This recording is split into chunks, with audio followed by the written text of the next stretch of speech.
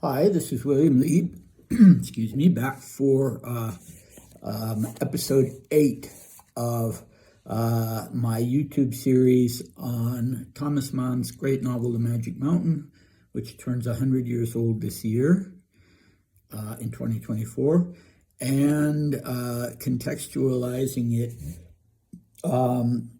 by discussing what life was like in Davos, and specifically in tuberculosis sanatorium in Davos. So if you've been watching the other episodes, you know that I am actually the historian in residence for some months every year here at a hotel that used to be one of the foremost tuberculosis sanatoriums in Davos. Hotel shots out now, sanatorium shots out until 1953 when it became the hotel. So when I started out with this series, I made a point of saying that this is not going to be an analysis of the book. But I love the book so much, and I get so much into it that I've noticed I've been doing a little more analysis, which I hope is still relevant to life at a Davos tuberculosis sanatorium. So today's subchapter is called Satana, or Satana, the Italian word for Satan. And funny coincidence, a friend of mine in Davos, also a historian, just gave me this cute little thing with glass for liqueur, and inside it a little hand-blown glass devil with a trident. Very cute. And he also gave me one of these bells from a chocolate bunny. So maybe to put this in the, or around the glass with the devil in it, so if he starts to move, I'll hear the bell ring. Very reassuring. So why is this chapter called Satana? Boy, that's a big question. So to set the scene, let's return to the idea that Hans Castorp, a young man very much adrift at this time in his life, an orphan. He's had two father figures. One was his very stern grandfather who belonged explicitly to another world, almost medieval in his approach to life. And the other one was his uncle, a very successful and very busy wine merchant who was happy to have, a great uncle actually, who was happy to have Hans Castorp living in his home after the grandfather died, but was not really able to be a father to him. He had two grown sons and he was busy with his business, and Hans was raised by a housekeeper, a female housekeeper. So there are four potential father figures for Hans Castorp in the novel, one of whom we're about to meet and one whom we've already met. And I'm going to go out on a limb and say there are four Satans, four father figures and four Satans. And we have a distinction here that Sanatorium himself draws between positive Satan and negative Satan.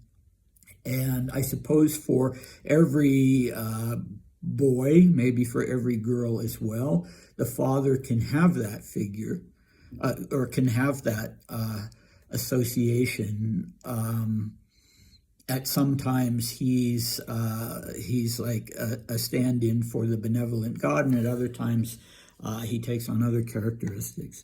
So our four fathers and our four Satans are Dr. Behrens, the head physician at Schatzalp, and the one that we'll meet today, Herr Settembrini, an Italian humanist. And the other ones, whom we haven't met yet and whom we'll talk about later, are Nafta, a Jesuit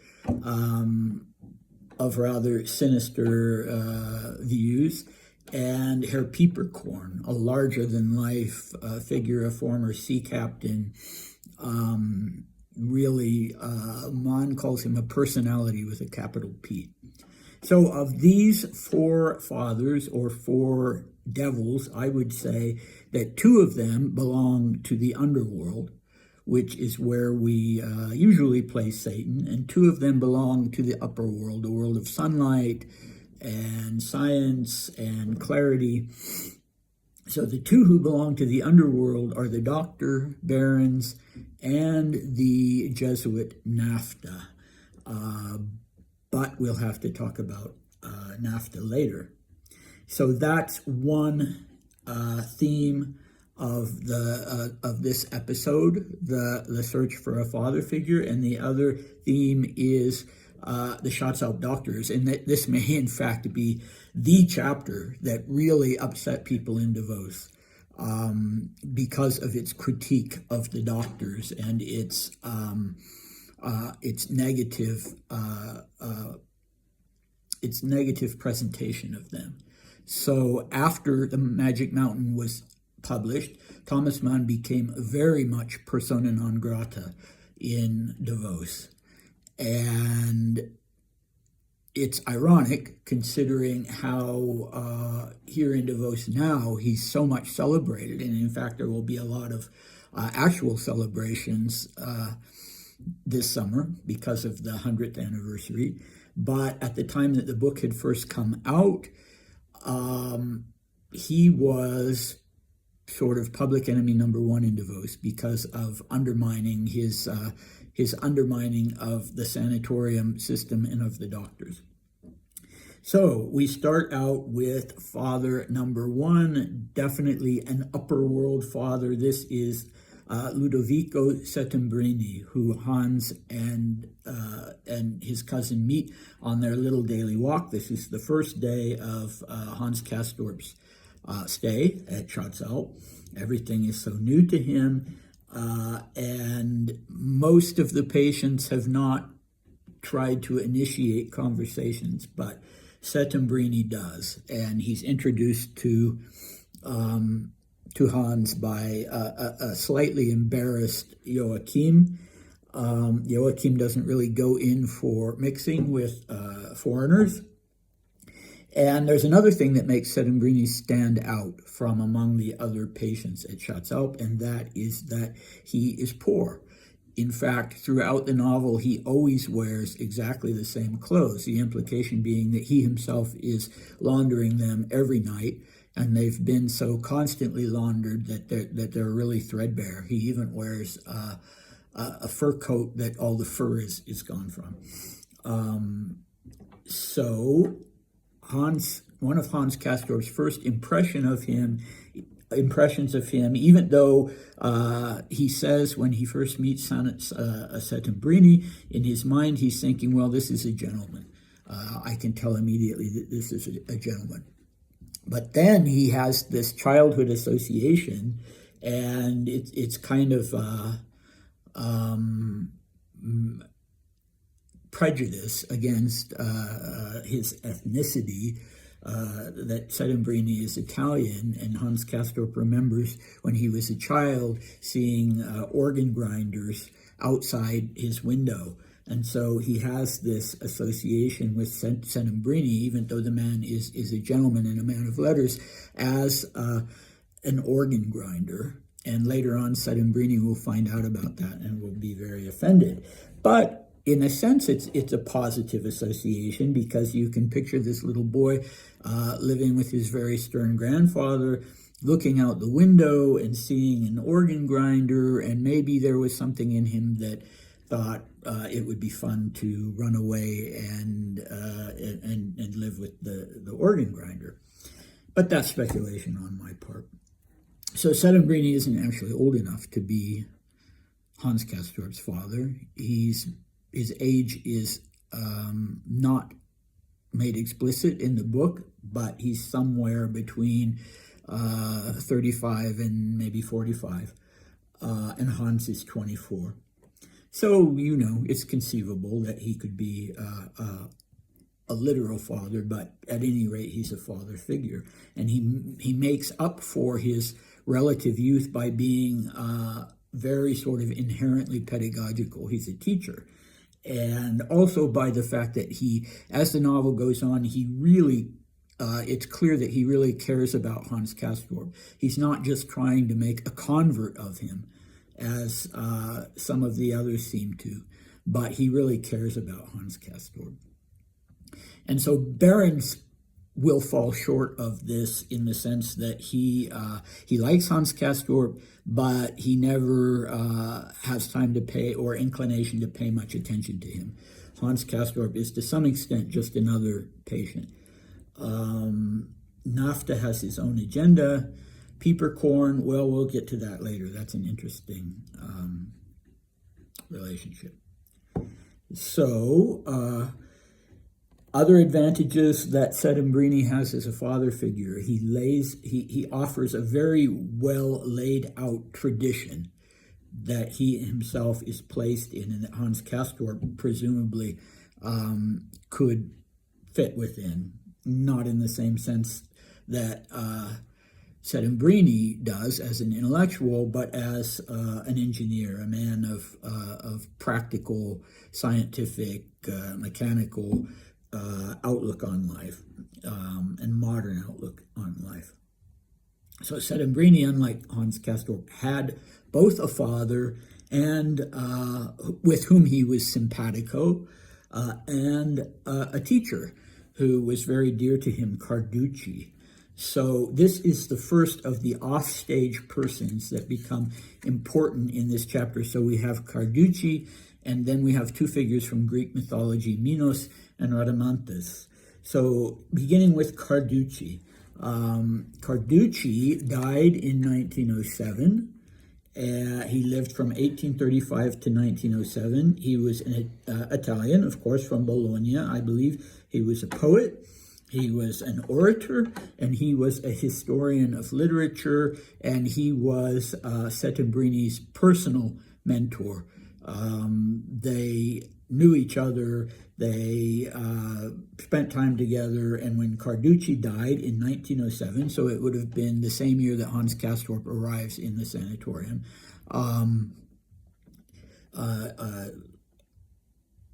oh, good Lord. Settembrini gives the eulogy. Sorry about that. That was strange. Okay. So, and one of the first things that Settembrini tells Hans Castorp about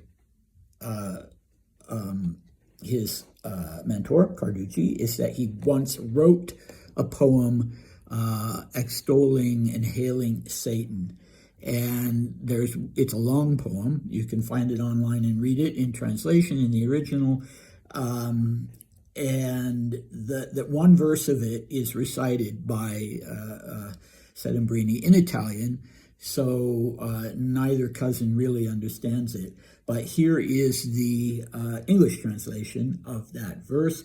Hail, O Satan, O rebellion, O you avenging force of human reason. So that really locates Satan as, well, sort of in his Miltonian sense. You know the famous line, better to rule in hell than to serve in heaven.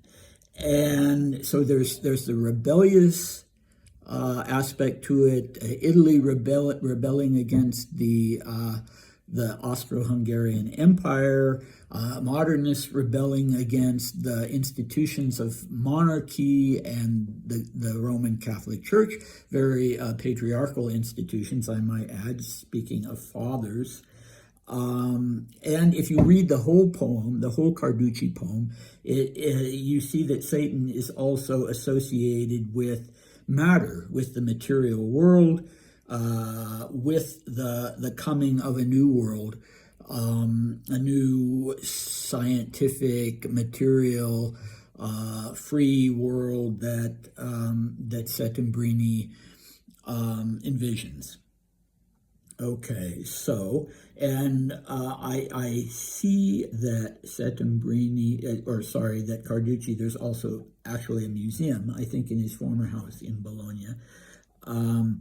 So this brings up a side topic that I'm not going to spend much time on, but the side topic is Italians at Schatzalp. And at various times, especially for whatever reason, in 1914, for instance, there were lots and lots of Italians at Schatzalp. They were one of the biggest ethnicities that were here. And later, also when Grand Duke Dmitri was here, there were a lot of Italians, but that fluctuated. The most constant group you had at Schatzalp was Germans, and the other ethnicities tended to fluctuate. But on my Facebook page, Sanatorium Schatzalp, I did a sort of overview of Italians at Schatzalp and what part of the country of Italy they came from, and various things. And one thing I discovered is that a lot of the Italians at Schatzalp were from very prominent and assimilated Jewish merchant families. And in fact, there was a family here called the Finzi Weilers here at Schatzalp, which made me laugh when I see it, because there's a famous book that has a movie based on it called The Garden of the Finzi Continis. And they, in the novel, they're a very wealthy Jewish merchant family in Ferrara, the Italian city of Ferrara. And there were lots of also these Jewish families who came from Italy, from cities like Ferrara and Ancona and Milan, and it was very fascinating doing research about these cities and about the Jewish community there. And so that's a little aspect of Schatzalp history, these families who came here to Schatzalp that I haven't looked deeply into yet, but I want to. Both the book and the movie of The Garden of the Finzi Continis are marvelous. And another thing that made me laugh when I read the novel was that Carducci is one of the Finzi Contini son, who's a scholar, a literary scholar, is trying to decide whether he's going to write his dissertation on Carducci or not. So I learned a lot more about Carducci when I was reading that book. All right, so one thing before I forget Settembrini is offering Satan as sort of a positive a role model, not ironically an underworld deity. Rhadamanthus and Minos are the underworld deities, and they're associated with barons.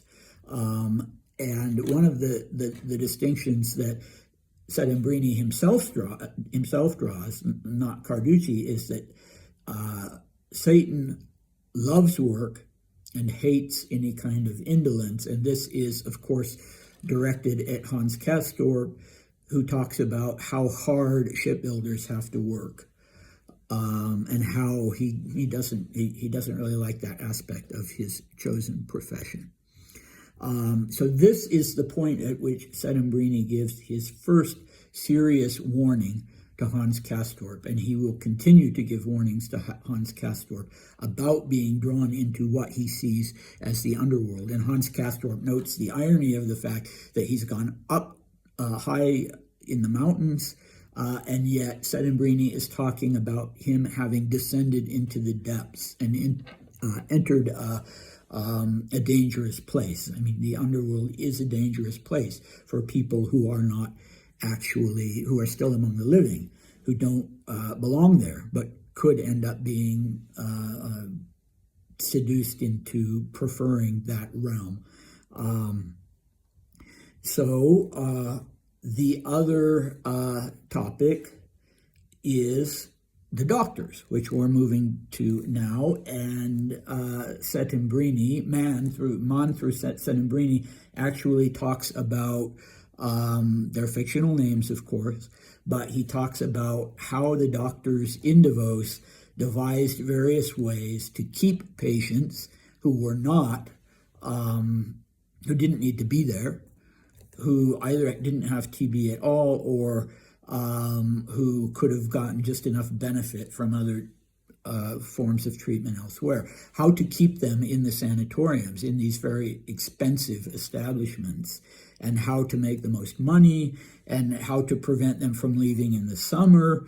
So Settembrini says that it was Behrens himself who came up with the idea of the summer season in Davos, and how they will how they've developed all these different strategies, which you can read about, for keeping patients who have decided to leave and who could safely leave in the sanatoriums. So, as I said, a big reason why Thomas Mann became persona non grata. So, at that time in Davos, there were 3 doctors who really loom large as far as what I personally have encountered. One was Dr. Lucius Spengler, who was the son of one of the founders of Schatzalp, and he was the head doctor here at Schatzalp. Another was Dr. Jessen, whom I don't know much about, but I'm told that Behrens was modeled on him, and he was the head doctor at the Wald Sanatorium where Katja Mann was. The other was Dr. Turban. So his sanatorium actually was called by his name. It was Dr. Turban's Sanatorium.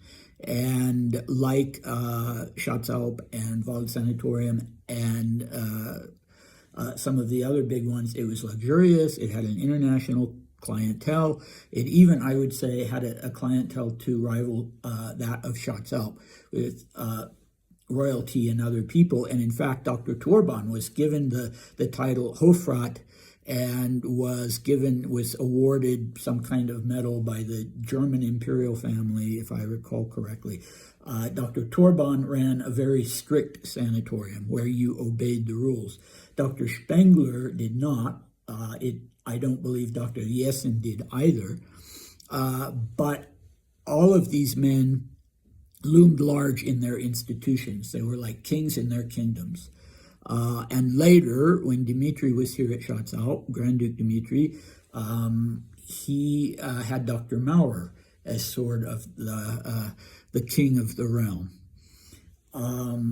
So this is the point where Settembrini refers to Dr. Behrens and Dr. Krakowski, the head physician and the under physician, as Minos and Rhadamanthus. So not being well versed in Greek mythology, I had to look those 2 figures up. And they were both kings of Crete. One was quite sinister, Minos, who sort of had this, you could say in Jungian terms, his own shadow, was this monster, this minotaur that lived in the labyrinth in Crete. And every 9 years, I think it was, 7 young men and 7 young women were sent into the labyrinth and fed to the Minotaur. So he was a destroyer of youth, Minos was, in that sense. And so that is a very pointed warning to Hans Castorp, assuming that he knows who Minos was, that the doctors, Behrens and Krakowski, are men who could very well get a hold of you, and your youth will fly by here in the sanatorium. And yeah, so not good. When he died, Minos became a judge of the dead in the underworld. And I got my information on this topic, to be clear, from Wikipedia. Rhadamanthus, also a king of Crete, but much more benign. But when he died, he also became a judge of the dead in the underworld. Although Wikipedia notes that his name was later used to allude to persons showing stern and inflexible judgment. So both of them ended up in the underworld, and both of them were judges of the dead. So there was a word that I learned just the other day from a 1914 article in the Davoser Blätter, a publication here. And that word is Todeskandidaten, which means death candidates or candidates for death. And it was, this word had been used in a Swiss hotel trade magazine where people coming to Davos were referred to as Todeskandidaten. So, of course, the local businesses, especially the hotels, were horrified by this. They didn't want their guests who came as tourists for winter sports to think that they were considered Todeskandidaten. And the name of the article actually was unseren guten Namen, so for the sake of our good name, or in defense of our good name.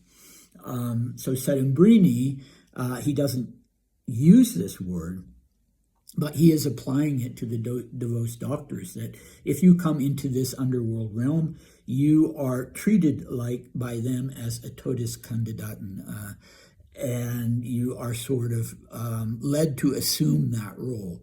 On the one side, of freedom, like we talked about last time, because you are separated from normal life. But on the other, the sinister side of it being the Todeskandidaten part of it. All right. So what do I have in my notes?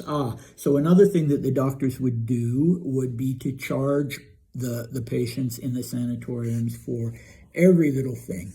So now if you come to Schatzau, and you stay here, you will get a guest card that will allow you to come up and down on the funicular. You don't have to hike up and down. You can take the cable car, the funicular, and that's free. That's included in the price of what you're paying at the hotel. But back then, not only were patients, but even employees charged to go up and down on the cable car. So every little thing, pretty much, you were charged for. You paid for the room, you paid for baths, you paid for x-rays, you paid for everything. And here is the architect, Eduard Hutter, who was here in end of 1913 and beginning of 1914 for a little while. This is his room bill at Schatzau. You can see he's settled up. It's all paid up. And that's as it should be. But he also has a whole stack of bills for other things. This seems to have been his drinks bill. And it makes me laugh because he has had here a Kulmbacher beer, which is the beer that Hans Castorp ended up drinking. Because he couldn't get his porter, instead he got this Kulmbacher beer. And so Herr Hutter drank those as well. And then he's got, this looks like maybe mineral water and maybe some wine. And so he's charged for all of those things. And some of his other bills show that he's charged for eggs, he's charged for sandwiches. He even buys cologne, eau de cologne, while he's here. So, yeah, there's always this difficult balance to this day in healthcare. Should it be for profit? Does that affect the quality of care that people are getting? And I think the doctors here, I mean, they lived on their medical reputation. They had to be good, competent doctors. And I wouldn't for a minute say that they didn't, when they had patients who were seriously ill, that they were, I wouldn't say they weren't ever just taking advantage of them. But when it came to patients who, like Hans Castorp, who would have done just as well elsewhere, then that's where that element came in of taking advantage of people that Settembrini is trying to warn Hans Castorp about. And that brings us now to our friend Grand Duke Dmitri. As you've learned in past episodes, he also was an orphan. And as a boy and a young man, he was also seeking father figures constantly.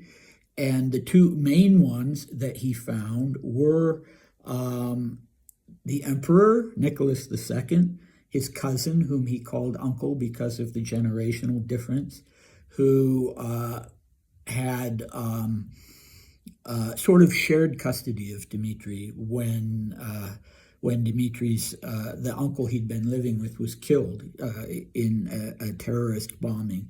Then Dmitri had, the custody was sort of shared between his aunt, his uncle's widow, and his uncle Nicky, the emperor.